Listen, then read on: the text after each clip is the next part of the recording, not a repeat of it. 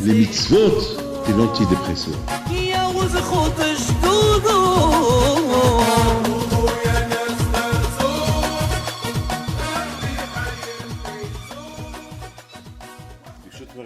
Avec la permission d'Hachem, j'espère que vous allez bien, Be'ez Hachem, vous avez bien passé les fêtes de Shavuot.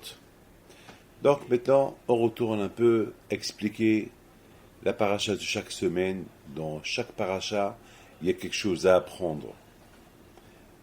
Et nous allons essayer de parler un peu des... Tout d'abord, il faut bien savoir que la fête de Shavuot, c'était une fête de Matan Torah, une fête du cadeau de la Torah, que bien sûr, chacun de nous, il doit comprendre la signification de ce cadeau qu'on a reçu. Un cadeau qu'on a reçu, c'est pas un cadeau qu'il faut mettre dans le casier, il faut mettre dans un placard. Un Torah qu'on a reçu, qu'il faut vraiment bien la faire, c'est ça le cadeau. Lorsque un homme, il offre à sa femme un cadeau, alors la femme... elle va mettre le cadeau avec joie devant son mari. Vous imaginez que le mari il offre un cadeau à sa femme, une belle, jolie bague, un gros diamant, et que la femme, elle ne montre pas d'intérêt dans cette bague-là, elle ne la porte jamais, elle la met dans un placard. Ça va déplaire un peu au mari, avec tous les sacrifices qu'il a fait, et vous voyez que sa femme, elle ne reconnaît pas le bien qu'il lui a fait, donc ça va déplaire au mari. De la même façon, quand je vois qu'elle fait un gros sacrifice de donner sa Torah, un beau cadeau à Am Israël, comment vivre comme des êtres humains, suivre le chemin d'Hachem. Alors, c'est ça Matan Torah. Lorsqu'Hachem il voit que vraiment on passe à l'action et on fait les Torah et Mitzvot, il est content. Mais lorsqu'Hachem il voit qu'on n'a rien à changer, on prend le cadeau qu'il nous a donné, on met dans un placard, donc on n'a rien gagné vraiment. Quand je vois quelque part, il n'est pas heureux, il n'est pas content. Mes amis, c'est ça Matan Torah. Matan Torah, c'est d'apprécier le cadeau que Hachem nous a donné. Et écoutez très bien. Écoutez bien. La plus belle chose que ça peut plaire à Hachem, lorsque Hachem voit quelqu'un qui étudie la Torah. Alors vous allez me dire pourquoi. Voilà, je fais les mitzvot. Alors vous allez me dire... c'est quoi l'intérêt d'Hachem que je m'assois quelque part et que j'étudie la Torah? Voilà, je fais les mitzvot, je respecte Shabbat, je connais les halachot. Pourquoi étudier? Pourquoi prendre sur texte quelque chose et l'étudier? Pourquoi? Le plus important, c'est que Hachem veut que je suis un bon juif, je respecte la Torah et je l'embrasse et je fais les mitzvot, je mets tefillin, je fais Shabbat, je respecte Nida. Alors voilà, c'est ça le plus important. Pourquoi Hachem, vraiment, il veut qu'on s'acharne sur la Torah, on l'étudie avec effort. Pourquoi tout cela? C'est quoi le but? C'est quoi le but? Eh bien, mes amis, il faut savoir une chose. Que la seule chose qui a fait peur au Yitzhara, un homme qui s'assoit étudier la Torah. Oui. Il faut mettre ça dans la tête. C'est la seule chose que le Yetzirah lui fait peur. Le Yetzirah, s'il te voit faire de l'Etzedaka, il est content pour toi. Et s'il te voit respecter Shabbat, il est content pour toi. Et si tu veux faire les mitzvot, il est content pour toi. Mais lorsqu'il te voit étudier la Torah, il n'est pas content. Il a peur. Pourquoi? Parce qu'il faut savoir une chose. Le temps déjà que tu étudies la Torah, déjà c'est un temps que tu remplis dans ta vie. Je répète, le temps que tu vas consacrer à l'étude de la Torah, je ne sais pas combien d'heures par jour ou par semaine, déjà c'est un temps que tu as gagné. C'est ce temps-là que tu as trouvé dans l'autre monde. Vous avez compris? C'est ce temps. Regardez les Havdil. Quelqu'un qui est en train de voir le plus beau film, un très beau film. Il est en train de voir un match de football, le mondial, la finale, l'équipe qui veut qu'elle gagne. Imaginez-vous, est-ce qu'il va rater ce moment-là? Vous savez, quelqu'un m'a appelé cette semaine. Il m'a dit, Rabbi David, je vous en prie, il faut que je vous voie avant que vous voyagez en Argentine, parce que c'est très urgent. Je suis prêt à me déplacer pour vous. J'ai dit, mais pourquoi tu ne veux pas me voir le jour que je suis là-bas? Il m'a dit, non, au départ, il ne voulait pas me dire. Mais après, il m'a dit, ouais, je vous dis la vérité, c'est le mondial, je dois aller au Brésil pour voir les matchs. Alors, j'ai commencé à rigoler. Je dis, alors, ça va le match de football, c'est plus important que, que ta vie privée, parce que vraiment, il avait des questions graves à me poser. Ça veut dire, tu es prêt à venir de l'Argentine en France, et ça va te coûter plein d'argent, et rien que pour ne pas rater alors, pour ne pas rater tes matchs de football. Alors imaginez-vous que quelqu'un qui, quelqu'un qui est en train de voir ce match de football, le plaisir qu'il a, sans comparer ce que Dieu préserve, la Torah au football. Vous imaginez que les seuls moments que l'homme il a dans sa vie pour remplir son temps, à part bien sûr les mitzvot qu'il fait à gauche à droite, faire les mitzvot c'est aussi un temps, on serait aussi un temps pour faire les mitzvot. Mais l'étude de la Torah c'est un temps, tu es assis devant un livre. Ça, c'est ce temps-là que tu consacres à la Torah, c'est ça que tu vas trouver dans l'autre monde après 120 ans. Et c'est la raison pourquoi Hachem, il nous réveille chaque fois. Dommage, ne perdez pas le temps. Parce que l'étude de la Torah dans ce monde, c'est ça qui va vous aider. Parce que dans l'autre monde, il n'y a rien du tout. Il n'y a pas de plaisir. Le seul plaisir qu'il y a là-bas, tu t'assois, tu étudies la Torah. Donc si déjà tu n'aimes pas dans ce monde-là, tu vas faire quoi dans l'autre monde? C'est l'ennui total. Au moins, Akash Baruch Hu, il te dit, je t'en prie, fais-moi plaisir et fais-toi plaisir. Parce après, c'est ça, après, tu vas pas le regretter. Alors, écoute-moi. Écoutez, quand même, Hachem donne un bon conseil. Pourquoi ne pas suivre ce conseil-là? Et c'est pas quiconque qui donne ce conseil de prendre de ton temps pour étudier la Torah. C'est Hachem lui-même. Alors, tu écoutes Hachem partout, et là, tu l'écoutes pas. C'est dommage. C'est dommage. C'est très dommage. Et en plus, David Amelech dit, lorsque tu goûtes la Torah, tu vas trouver le plaisir de la Torah. Mes amis, il faut savoir une chose. Quelle est la raison pourquoi le Satan, le Yitzhara, ça le dérange l'étude de la Torah? Parce que le Satan, le Yitzhara, ça le dérange beaucoup. Il sait la valeur de la Torah. Il sait que c'est l'étude de la Torah que tu étudies dans la journée, c'est ça qui va bien remplir ton temps de la journée. Et cette étude-là, il va beaucoup t'aider à respecter encore la Torah davantage, à respecter les mitzvot davantage. Donc ça veut dire, le Satan, il voit que l'étude de la Torah, il apporte à l'homme trois choses. Il lui apporte Gan Eden, le paradis. Voilà, déjà, c'est très important. Il lui apporte que déjà, il remplit sa journée avec la Torah. Et en plus, grâce à l'étude de la Torah, il va se faire un plaisir. Au départ, c'est dur, après, il va se faire le plaisir.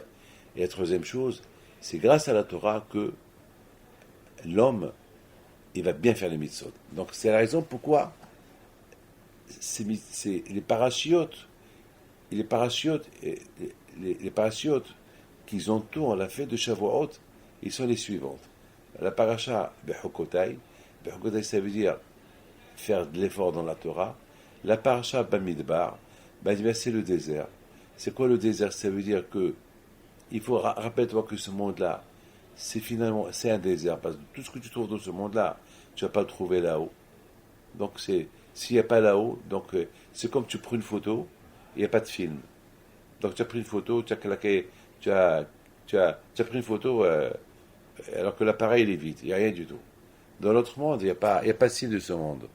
Alors, je répète, dans l'autre monde, il n'y a pas de signe de ce monde.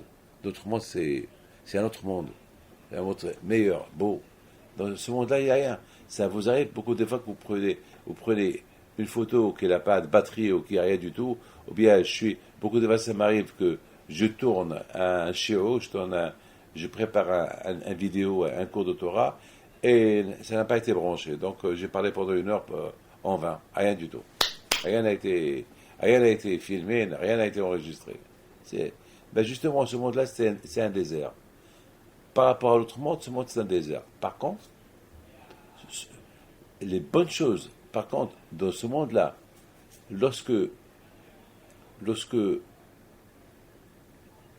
tu peux rendre ce monde-là Gan Eden, tu peux rendre ce monde-là Gan Eden. Comment? Ben, lorsque tu compares ce monde-là, c'est un monde qui est désert, donc puisqu'il est désert, alors à moi de construire mon propre monde. Et comment tu vas te construire ton propre monde? Avec la Torah, avec les mitzvot. Tu vas construire ton propre monde dans un désert, un monde à toi. C'est ce qu'on appelle Olam Torah, le monde de la Torah. Tu construis ton propre monde qui t'entoure. Mes amis, il faut savoir une chose, et c'est la raison pourquoi Hachem, il nous donne des conseils. Il faut s'acharner dans la Torah, dans un monde qui est désert, que toi, de ce monde-là, tu peux faire un beau monde, un monde où tu peux réussir tu peux tout réussir. Tu peux avoir et le matériel, et le spirituel et le matériel. Tu gagnes de tous les côtés. Et après, il y a la paracha de Nassau. La paracha de Nassau, elle est spectaculaire.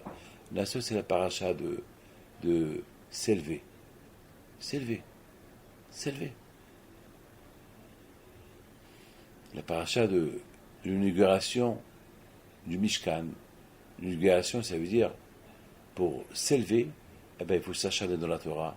Il faut construire ton propre monde.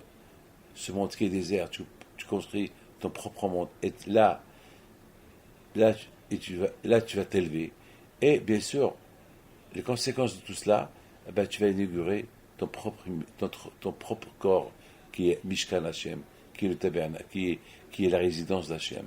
Un homme rabotaï qui s'acharne dans la Torah, un homme qui construit un monde dans un monde désert, un monde de Torah, que pour lui, tout le matériel qu'il y a dans ce monde-là, c'est banal, c'est rien du tout. Un homme qui se comporte il fait tout pour qu'il soit apte à être la résidence d'Hachem, alors il va finir quoi? Il va finir par Be'alotra. Be'alotra, ça veut dire, il va finir par voir dans la Torah sa lumière. Et lorsqu'il va voir dans la Torah sa lumière, donc c'est ça, c'est ce qui va être sa réussite. Donc, mes amis, c'est des parachutes qui sont à peu près autour de la fête de Shavuot. Mais il faut se rappeler que le Tzara est très fort. Maintenant, on a compris pourquoi c'est important l'étude de la Torah. Et c'est important la fête de Shavuot. La fête de Shavuot, elle vient nous rappeler que c'est pas Havad, dommage. Le cadeau qu'on reçoit à Shavuot, dommage qu'on prend ce cadeau-là, on le met dans un tiroir et on oublie. Dommage, il faut en profiter. Il faut en profiter. Et justement, le Tzara est très très fort. Et sur ce, j'ai lu dans une petite histoire dans un... C'est un machal. C'est une anecdote il y a beaucoup de morale à apprendre de cette anecdote que je vais vous raconter, que je l'ai lu dans un livre d'Erich Hadasha. Alors, il raconte qu'il y avait une fois un monsieur qui était très avare, très très avare. Et ce monsieur-là, il a décidé de se marier. Au départ, il ne voulait pas se marier parce que ça lui coûtait de l'argent. Il a dit, tellement avare, il a dit, si je me marie, je vais dépenser de l'argent pour le mariage, je vais avoir des enfants, il faut que je dépense de l'argent pour les enfants, et il faut payer une location. Alors, il a loué un grenier où il habitait avec des clochards là-bas. Il gardait son argent, il garde. Et à un moment donné, il a décidé de se marier. Il va pour se marier, il demande à gauche et à droite les chatranim, ceux qui font des présentations. Alors il y a eu un qui lui dit, attends une seconde, où tu habites, qu'est-ce que tu fais? T'inquiète pas, je suis riche, mais où tu habites? J'habite dans un grenier, ça va pas la tête. Mais quelle femme va accepter à se marier avec un vieux homme, un vieux comme toi, qui vit dans un grenier avec des gens? Regarde comment tu es habillé. Regarde quelle tête tu as. Regarde quelle chemise. Elle est sale. Ouais, elle est sale parce que je ne veux pas l'envoyer au dégraissage, parce que c'est dommage pour l'argent. Mais personne, tu peux. Mais t'as pas de savon. Non, les savons, ça coûte cher. Alors, personne ne va te marier. Alors, qu'est-ce qu'il faut faire? Si tu veux te marier, c'est beau déjà, tu es un peu riche, c'est beau, ça aide. Même si tu es moche, bon, avec ton argent, tu peux avoir une femme pas mal. Et au moins, il faut avoir une maison. Ah bon, une maison, oui, il faut, parce que tu vas pas habiter dans un grenier avec une femme. Tu vas pas partager un grenier avec avec des clochards, non. Sois réaliste. Il réfléchit un peu, il a une super idée. Ouah, j'ai une super idée. Qu'est-ce qu'il fait? Il va à une belle villa, il tape à la porte, il y avait une mezouza. Oui, qu'est-ce que vous voulez? Je voudrais faire un deal avec toi. Mais je ne vous connais pas. Je sais que vous ne me connaissez pas. Moi, je cherche du commerce. Je cherche des deals. Alors, je tape aux portes ou alors, quel deal tu veux? Qu'est-ce que tu veux? Il dit, si ça ne te dérange pas, moi, je suis prêt à te donner 10 000 $. Et si tu peux me louer un petit endroit chez toi à la maison, dans ton placard, un clou. Je veux l'endroit où je plante un clou. Je veux clouer un clou. Je veux que tu me loues l'endroit où je veux mettre le clou. C'est tout? C'est tout. Mais t'es fou, 10 000 $ pour ça? Oui, je te donne 10 000 $. Avec plaisir. Allez, voilà. Alors, il prend le clou et il l'enfonce dans le mur. Ils font un contrat avec le notaire. Voilà, j'ai acheté un endroit, j'ai acheté un petit trou où il y a un clou dans telle et telle rue, numéro tel et tel, voilà. Alors le monsieur dit, mais tu sais quoi, je te donne pas la clé de la maison. Non, il n'y a pas de clé, là j'ai besoin de... Et pourquoi tu veux ce clou-là? Ben, parce que j'habite dans un grenier et j'ai un beau chapeau, je veux le mettre là-bas, comme ça, il ne se salit pas. Il y a des clochards, je veux pas qu'on me le salisse. Le monsieur, il trouve pour lui, c'était un très bon deal, surtout il avait besoin d'argent, il dit, bon, un jour, il vient le monsieur, il tape à la porte. Oui, oui, qui est-ce? C'est moi, je viens chercher mon chapeau. Ah, il a plaisir. Voilà, il ouvre la porte, il prend le chapeau. Il vient 2 heures plus tard, il tape à la porte. Ouais, ouais, ouais. Qu'est-ce qu'il y a? Ben, je viens remettre le chapeau à sa place. Il n'y a pas de problème. Et à partir de là, 4, 5, 6, 7, 8 fois par jour, il vient taper à la porte. Il prend son chapeau, il remet son chapeau. Déjà, le propriétaire, il avait ras-le-bol. Mais il ne pouvait rien faire parce qu'il a vendu l'endroit. Il ne peut rien faire. Et un jour, il vient la nuit, il apporte un sac. De ce sac là-bas, il y avait du poisson pourri. Il dit, je veux étendre mon sac dans le clou. D'accord, déjà le propriétaire n'était pas content, et à un moment donné, ça puait dans la maison. Mais il ne pouvait rien faire parce que c'est le clou, il l'a vendu à quelqu'un. Il s'énerve. Et le monsieur, il vient 2 jours plus tard, ça puait la maison. Qu'est-ce que tu as fait? C'est mon affaire. C'est mon clou. J'ai acheté l'endroit où il y a le clou. Je fais de ça ce que je veux. Il prend le sac et remet un autre sac. Plein de pourriture. Le propriétaire de la maison qui s'y fait, il a vu que c'est plus vivable, il quitte la maison. Le malin, l'avare, il voit que le propriétaire a quitté la maison, il vient s'installer à la maison. Mes amis, c'est ça le Yetzirah. Le Yetzirah, au départ, il ne sait pas comment pénétrer dans le corps, dans la tête de la personne. Au départ, il vient comme un touriste, comme un invité. Il lui propose des petites propositions. Voilà, je suis là que pour quelques secondes. Allez, jusqu'à que finalement, il s'installe dans la tête de la personne. Il ne quitte plus jamais la personne. C'est que l'homme, il ne sait plus où il est. Mes amis, c'est ça le Yetzirah. Le Yetzirah, au départ, à Shavuot, il nous voit super attachés à Dieu. On s'est préparé pendant 50 jours pour Shavuot. Et voilà, maintenant, Shavuot, il est, Baruch Hashem, avec 2 jours de Shavuot, plus le Shabbat, 3 jours, avec tous les cours de Torah qu'on a reçus pendant ces 3 jours avec le Shabbat. On est super contents, super heureux. Et voilà, maintenant, le Satan, le Tzara, presque, il n'a pas de place où se mettre en nous. Donc, il essaye. Voilà, il y a le football qui vient, c'est pas grave, tu peux voir un petit film, tu peux voir un petit match, tu peux voir ça, Et à la fin, c'est fini. Une fois qu'on lui ouvre la porte, on lui cède la place dans notre tête, dans notre corps, il finit par nous emporter et devient le propriétaire. J'ai vu une chose belle qu'il a dit, Zechron el-Bracha, le Rav Israël de Sarcelles Alav Shalom. Et il compare le Yetzara à quoi? Il compare le Yetzara, bien sûr, bien sûr, le Yetzara est très très fort. À quoi?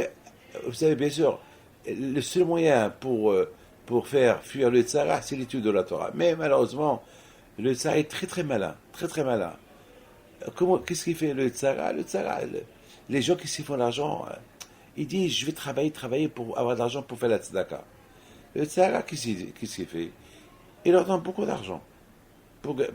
Et à la fin, la tzedaka, ils ne la font pas. Au départ, le Yetzara, il leur met dans la tête, travaillez, c'est pas fait d'étudier, faites de l'argent, comme ça vous allez donner beaucoup d'argent à tzedaka. Après même, il va le pousser à travailler Shabbat pour faire tzedaka, tout ça, au nom de la tzedaka. Et à la fin, au départ, peut-être ils vont donner un peu de tzedaka, mais petit à petit, ils ne vont plus rien donner. Mais ce qui est important, ce qu'il dit Rabbi Israël de Sarcelles à Alav Shalom, il dit que beaucoup des fois, lorsque un homme, il tient un billet, il croit que le billet, il est dans ses mains. Et Rav Raphaël Israël de Sarcelles, il dit que c'est une erreur. Une fois que déjà tu as le billet dans tes mains, c'est le billet qui t'a en main. Le billet, c'est l'argent. Et c'est l'argent, c'est le tzara. C'est le tzara. Si tu donnes l'importance à l'argent, tu crois que tu as l'argent dans tes mains. Pourquoi des fois, l'homme il dit, oui, moi j'ai le tzara dans les mains. Avec l'argent, je sais quoi faire l'argent. Je te trompe. S'il n'y a pas la Torah, eh ben, tu finiras que le billet, c'est lui qui va t'avoir dans tes mains. Dans ses mains, pardon. Le billet, c'est lui qui va t'avoir dans ses mains. Et après ça, le tzara va, comme on a dit tout à l'heure, il va résider en toi, c'est fini. C'est fini, après il te fait éloigner. Voilà, c'est fini. Mes amis, c'est ça, tous les parachutes qu'on est en train de lire autour de Matin Torah. Ça veut dire, tous ces parachutes qu'on est en train de lire, on voit par exemple la paracha qu'on a lue hier, de Bé'alotra. Déjà, on voit la paracha de Bamidbar, comment Hachem nous aime, il nous calcule chaque fois. On voit comment le peuple d'Israël y vivait dans le désert. Quel ordre, dans quel ordre ils vivaient? Dans le désert, ils ont inauguré le temple. Dans le désert, ils ont fait Pessah, le Korban Pessah, le sacrifice de Pessah.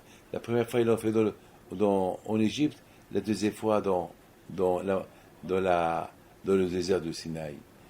Et après, on voit comment les Juifs ils vivaient uniquement selon la Torah. Par exemple, lorsque les Juifs, dans la paracha d'hier, de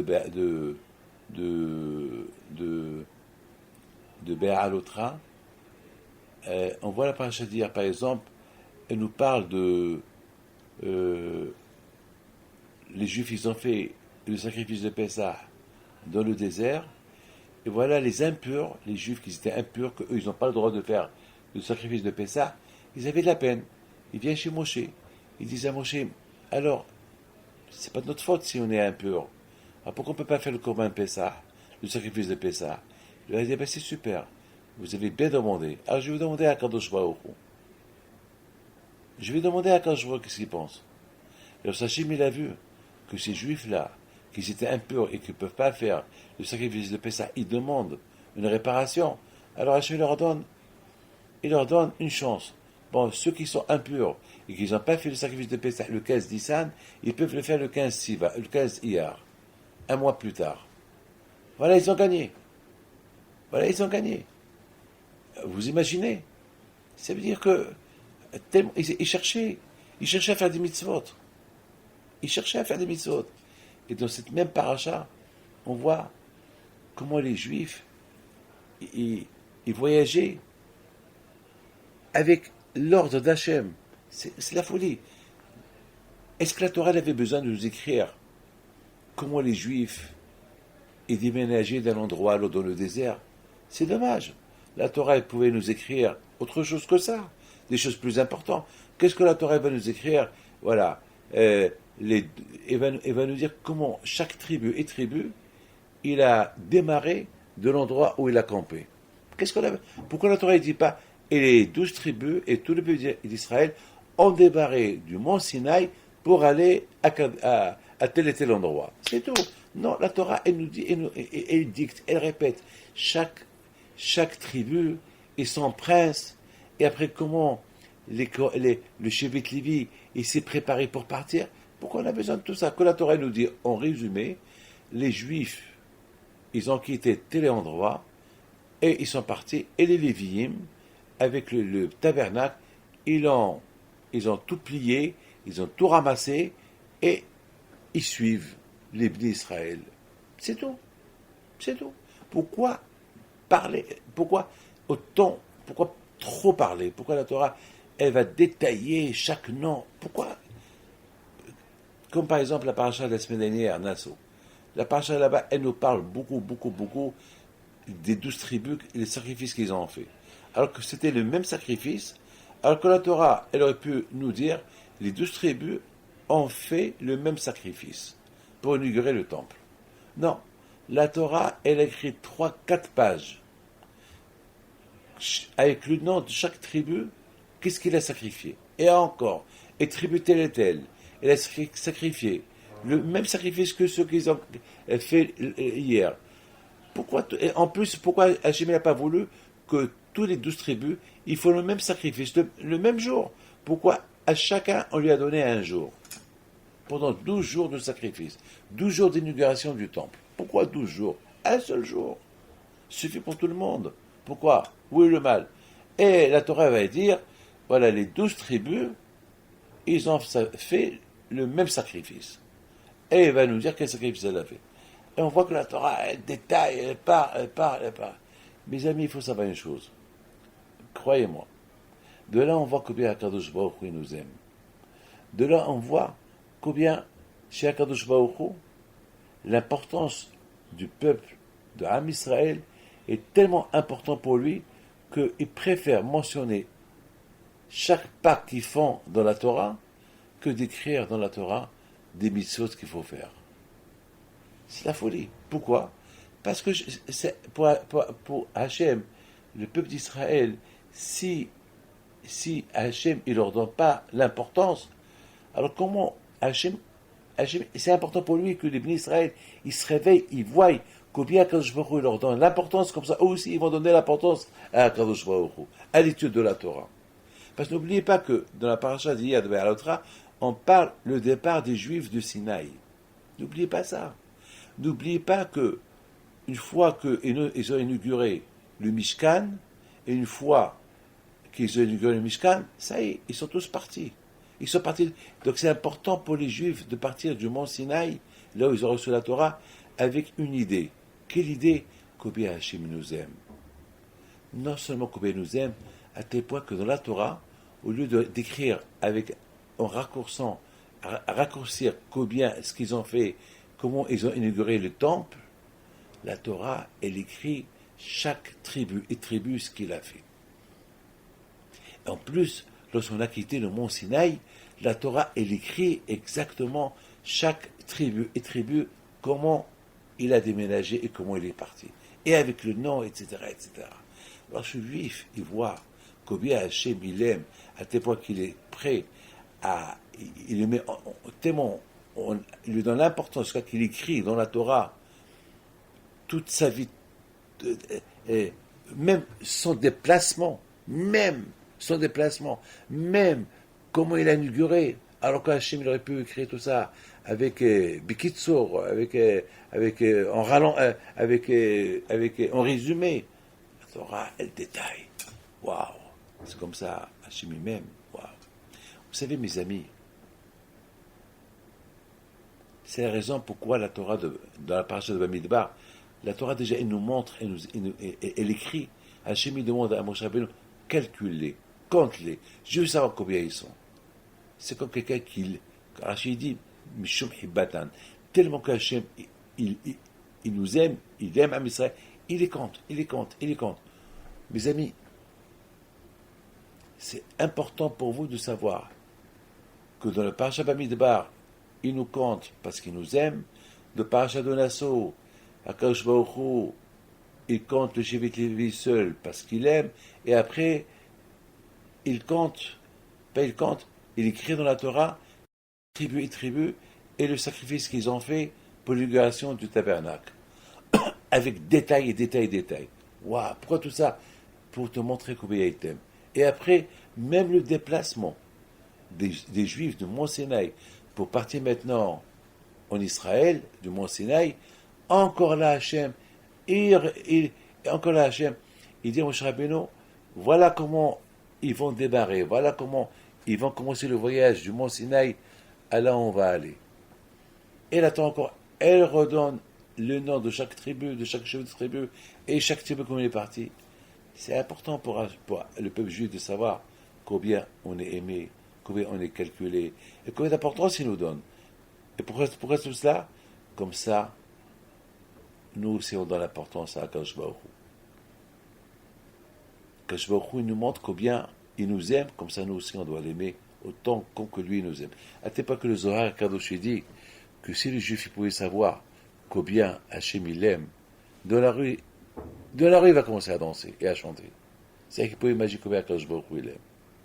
Et né le Hano Velishan Shem Israël, on dit que Akadosh Baruch Hu, même que lorsque l'homme il dort, Akadosh Baruch Hu ne dort pas, il est réveillé, il le surveille. Vous imaginez combien, même les Shaim, Akadosh Baruch Hu les surveille. La preuve là, il dort, il se réveille en faisant des avérotes, et Hachem, il les surveille jusqu'à qu'il se réveille. En bonne santé. Avec tout ça, mes amis, la Torah, elle nous parle. Le fait que la Torah, elle nous parle combien Hachem nous aime, le peuple juif, et combien Hachem, il les compte, il les calcule, il leur donne l'importance. Eh bien, Rabotai, Kadosh Baruch Hu, jusqu'à maintenant, il nous compte. Il compte. Est-ce qu'on existe? Jamais il fera que Hachem, peuple juif, il va plus exister. Toujours, il nous compte combien on est. Et quand il nous compte à travers la Torah qu'on étudie. Qu'est-ce qu'on fait? Mes amis, le Sahara, il sait tout ça. Le Sahara, il sait que le juif, il est calculé à travers la Torah qu'il étudie et à travers les mitzvot qu'il fait. Donc, le seul moyen de le battre, c'est quoi? Eh bien, le seul moyen de le battre, c'est l'étude de la Torah. À travers l'étude de la Torah aussi, on va se corriger. C'est important. J'étais en train de lire une histoire sur Rabbi Yitzhak et Rabbi Hizkel Levinstein, qui était le Rosh Shivat Mir et Ponevitch. C'était un grand Baal Moussar. Une fois, son élève, il rentre dans sa chambre, il le voit que le Rav était très content. Alors il lui dit, Rabbi, pourquoi tu es content? Je vois que tu es heureux, tu souris, pourquoi tu es content? Il dit, parce que tout à l'heure, il y avait quelqu'un, il m'a fait honte devant tout le monde. Tellement qu'il m'a fait honte, j'ai allé lui répondre et je ne l'ai pas répondu. Eh bien, je suis heureux et content que je ne l'ai pas répondu. J'aurais répondu, c'est moi qui l'aurais fait honte. Je suis content que je me suis renforcé. Rabotai, vous imaginez, c'est une histoire que j'ai lue. J'ai réfléchi. C'est pourquoi des fois ça nous arrive que quelqu'un nous fait honte et on ne le répond pas. On fait exactement ce qu'a fait Hizkel Levinstein. Mais beaucoup de fois on ne fait pas attention à la Torah. On bafoue la Torah. On fait honte à la Torah. Hachamim disent que la Torah, elle pleure lorsqu'on ne la fait pas, lorsqu'on ne l'étudie pas. Parce que l'étude de la Torah, c'est ça qui va aider la personne. D'ailleurs, le fait qu'il étudie lui donne l'importance. Le fait qu'il la cherche pour l'étudier, ça veut dire qu'il l'aime. Il n'attend pas jusqu'à que quelqu'un lui propose d'étudier. C'est lui-même qui la cherche, et c'est lui-même qui se propose pour l'étudier. Ah, super. En faisant ça, il remplit déjà le temps de sa journée. Autrement, s'il ne va pas étudier, eh ben, il va faire des avérotes, il va parler des bêtises. Regardez tous ces gens avec le téléphone, l'iPhone, l'iPad, tout ça, du matin au soir, parler. Mais au moins, essayer d'étudier une heure de Torah par jour. Ça va être une heure de parler des bêtises, une heure de moins de parler des bêtises. Donc, ben, à l'autre, il faut se renforcer. Il faut, ve'alotra, il faut s'élever, il faut se renforcer. Mes amis, c'est super. Dans la paracha de cette semaine, de Be'alotra, on voit que vers la fin de la paracha, on lit quoi? L'histoire de Myriam. Myriam qui a critiqué son frère devant lui. Myriam qui a dit à, comment ça s'appelle, à Aaron, pourquoi Moshe l'a quitté sa femme? Il n'aurait pas quitté sa femme. Il aurait dû rester avec sa femme. Pourquoi? Parce qu'il est prophète. Nous aussi on est prophète. Il y a ceux qui disent que Myriam, elle a parlé devant Moshe. A priori, il n'y a pas de Lachon Hara. Il n'y a pas de Lachon Hara. Puisque la médisance, si je pars derrière quelqu'un, derrière le dos de quelqu'un. Mais là, Myriam, elle dit à Aaron, à propos de Moshe, notre frère, pourquoi il a quitté sa femme? Parce qu'il parle avec le bon Dieu. Nous aussi, on parle avec le bon Dieu. Elle a été punie à cause de ça. Pourquoi elle a été punie? Parce que Moshe Rabbeinu était tellement tzaddik, il était tellement humble et anav. Il ne parlait pas Moshe Rabbeinu. Qu'est-ce que Moshe Rabbeinu répond? Myriam et dit à Aaron, certainement, pour que Moshe répond. Moshe ne répond pas. Pourquoi Moshe ne répond pas? Qu'est-ce que tu veux que Moshe réponde? Que pourquoi moi vous êtes prophète comme moi? Vous, le bon Dieu, vous a parlé 2, 3, 4 ou 5 fois. Moi, le bon Dieu m'a parlé des milliers de fois. Et en plus, moi, je ne suis pas vous. Il aurait pu dire comme ça, Moshe Rabbeinu. Il n'a rien dit, Moshe Rabbeinu. C'est ça qu'il dit de Moshe Rabbeinu. Ve'ish Moshe Anav, que même, que lorsqu'il pouvait répondre, il ne répondait pas. Il était humble. C'est ça l'homme, Moshe, l'homme de Torah. D'autre côté, on voit que Myriam, elle était punie avec la lèpre. Et chaque jour, on est obligé de se rappeler la punition qu'Hachem a puni Myriam. Parce qu'elle a dit ce qu'il ne fallait pas dire. Même qu'elle a dit des choses vraies. Écoutez, c'est une tzadékite Myriam. Elle avait de la peine pour Tzipora. Elle a vu que Moshe a quitté sa femme. Elle voit que sa femme, elle est seule dans la tente. Était seule, la pauvre. Donc, elle avait de la peine pour elle. Donc elle est partie. Elle prend sa défense. Malgré tout, elle a été punie. Pourquoi? Parce que il y a des choses qu'il faut dire, il y a des choses qu'il ne faut pas dire. C'est logique de ne pas dire. Il y a beaucoup de choses qu'on n'a pas le droit de les dire. Parce qu'on ne peut pas imaginer que Moshe il va quitter sa femme sans l'ordre d'Hachem. C'est pas possible. Moshe c'est un prophète. Il parle avec Hachem. Moshe sait ce qu'il fait. Il ne peut pas faire une chose sans l'ordre d'Hachem. Donc c'est même pas la peine de dire ce que tu es en train de dire. Tu veux prendre la défense de Tzipora. C'est mieux de se taire et ne pas prendre la défense de Tzipora. Parce que c'est des paroles inutiles. Et en plus, sachant que Moshe ne va pas te répondre, alors pourquoi tu l'as dit? Donc tu as fait monte à Moshe.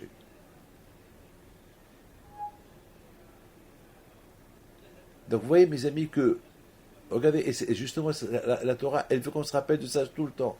C'est tous les grands tzadikim posent des questions. Comment au lieu qu'on pense des belles choses qu'elle a fait Myriam, on pense cette chose négative qu'elle est sortie de la bouche de Myriam sans le faire exprès, en sachant qu'elle a pensé qu'elle a fait ça pour le bien de Moshe, alors elle va être punie comme ça. Non, la Torah veut qu'on se rappelle que même les choses bien, parfois il ne faut pas les dire. Il faut bien réfléchir, même des choses bien, à ne pas les dire. Pourquoi? Même qu'on a vu que Aaron n'a pas répondu à Myriam. Mais quand même, Myriam a été punie. Et même Aaron, Hachem, il était un peu en colère sur lui. Il n'a pas été puni parce qu'il n'a pas répondu, mais quand même, Hachem était en colère contre lui. Parce que, beaucoup des fois, il y a des choses à ne pas dire. Ben justement, c'est ça le Yetzirah. Le Yetzirah, il veut s'introduire chez l'homme. Il veut clouer un clou. Il ne faut pas lui laisser l'espace de ce clou-là.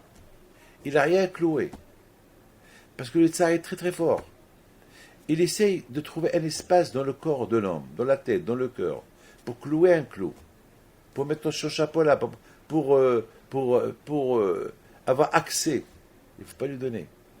C'est pour cela que la Torah elle nous raconte l'histoire de Myriam pour nous dire, même que ce qu'elle a fait Myriam, elle n'a pas fait exprès, elle a cru bien faire, même ça, il ne fallait pas le faire, il ne fallait pas le dire. Pourquoi? Avant de le dire, sauf avant de dire, de faire sortir une phrase de la bouche, il faut bien réfléchir, avant que cette phrase-là, elle sort. Elle sort. Et c'est ça, mes amis, comment le Yetzirah est très très fort. Et c'est ça, mes amis, que après Shavuot, il faut qu'on fasse un bilan de Shavuot et la continuité des enseignements qu'on a pris à Shavuot. Et mes amis, voilà maintenant, après Shavuot, de même, cette semaine maintenant, c'est la paracha de Shlach Lecha. La paracha de Shlach Lecha est une paracha spectaculaire, c'est une paracha dure, une paracha des Juifs qui étaient tzadikim, qui sont partis en Israël pour l'exploiter, ils retournent avec de la médisance dans leur bouche. Et là aussi, ils sont partis de tzadikim. Ils étaient tous tzadikim. Et lorsqu'ils sont retournés, c'est de la folie. C'est de la folie. Ils retournent avec des idées monstres. Ils ont commencé à critiquer Israël. Bon, au départ, ils ont dit des choses vraies. Parce qu'au départ, ils ont vu qu'il y avait là-bas des géants, et il y avait là-bas des fruits qui sont un peu bizarres. Mais regardez. Et après, ils ont commencé à dire encore des choses plus graves.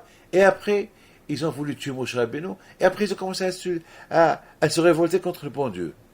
Regardez, c'est la folie. Ils partent tzadikim et retournent avec des idées un peu bizarres. Et au départ, ils ont raconté la vérité, ce qu'ils ont vu.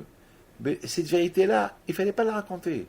Parce que c'est une vérité que c'est pas peine de dire aux gens que vous avez vu des géants. Au contraire, tu peux dire, on a vu des géants, mais il ne faut pas avoir peur d'eux. C'est tout.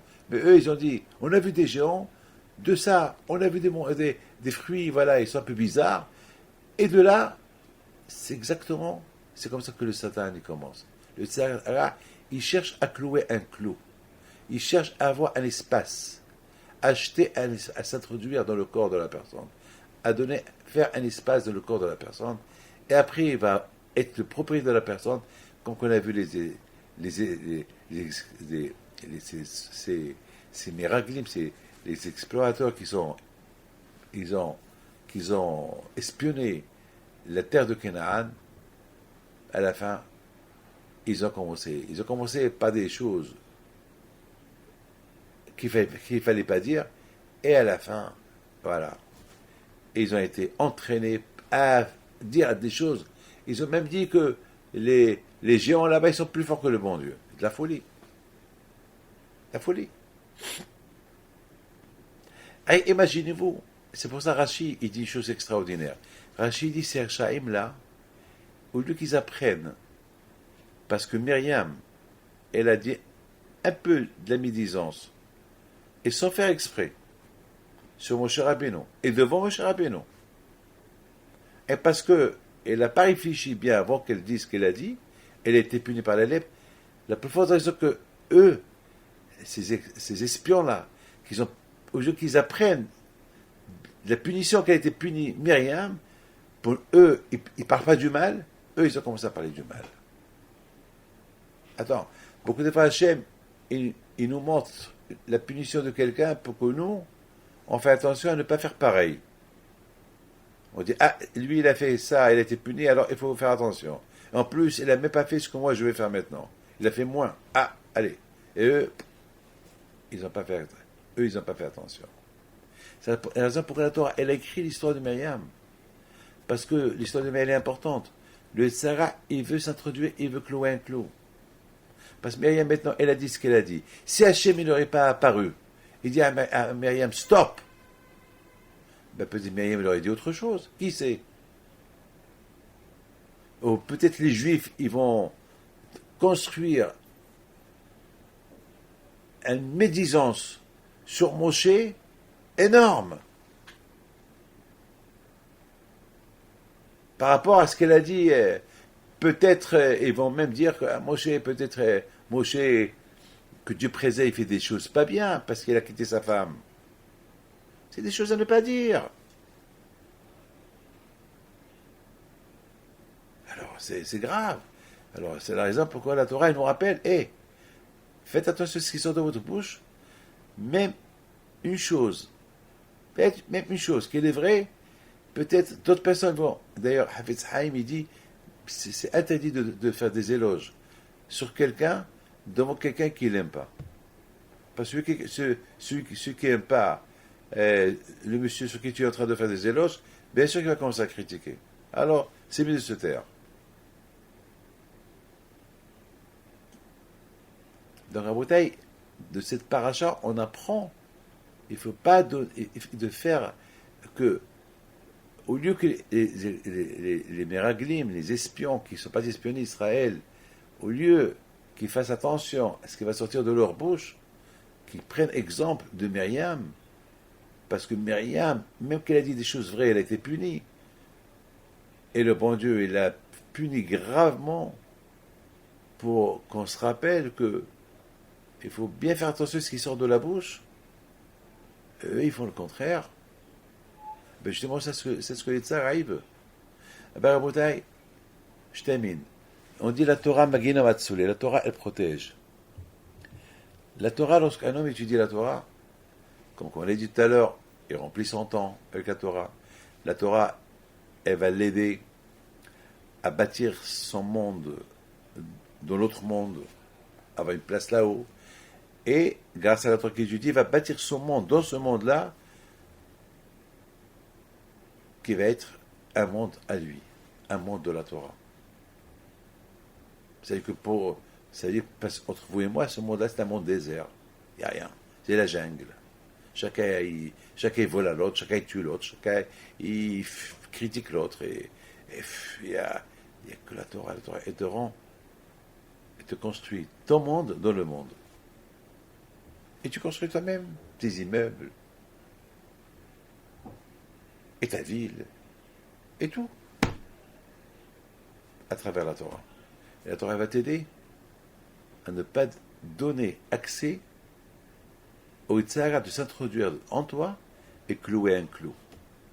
Parce que ce clou-là, il va être fatal. Il va devenir propriétaire plus tard, par rapport à ce clou-là. Il ne faut pas lui céder dans ton corps un espace où se produire. Il peut reproduire. Voilà mes enfants.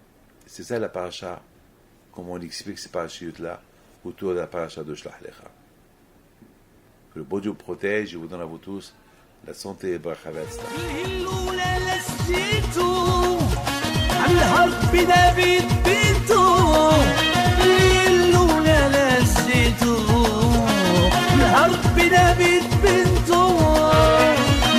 يا العيالات صغرتو على ربي دافيد بنتو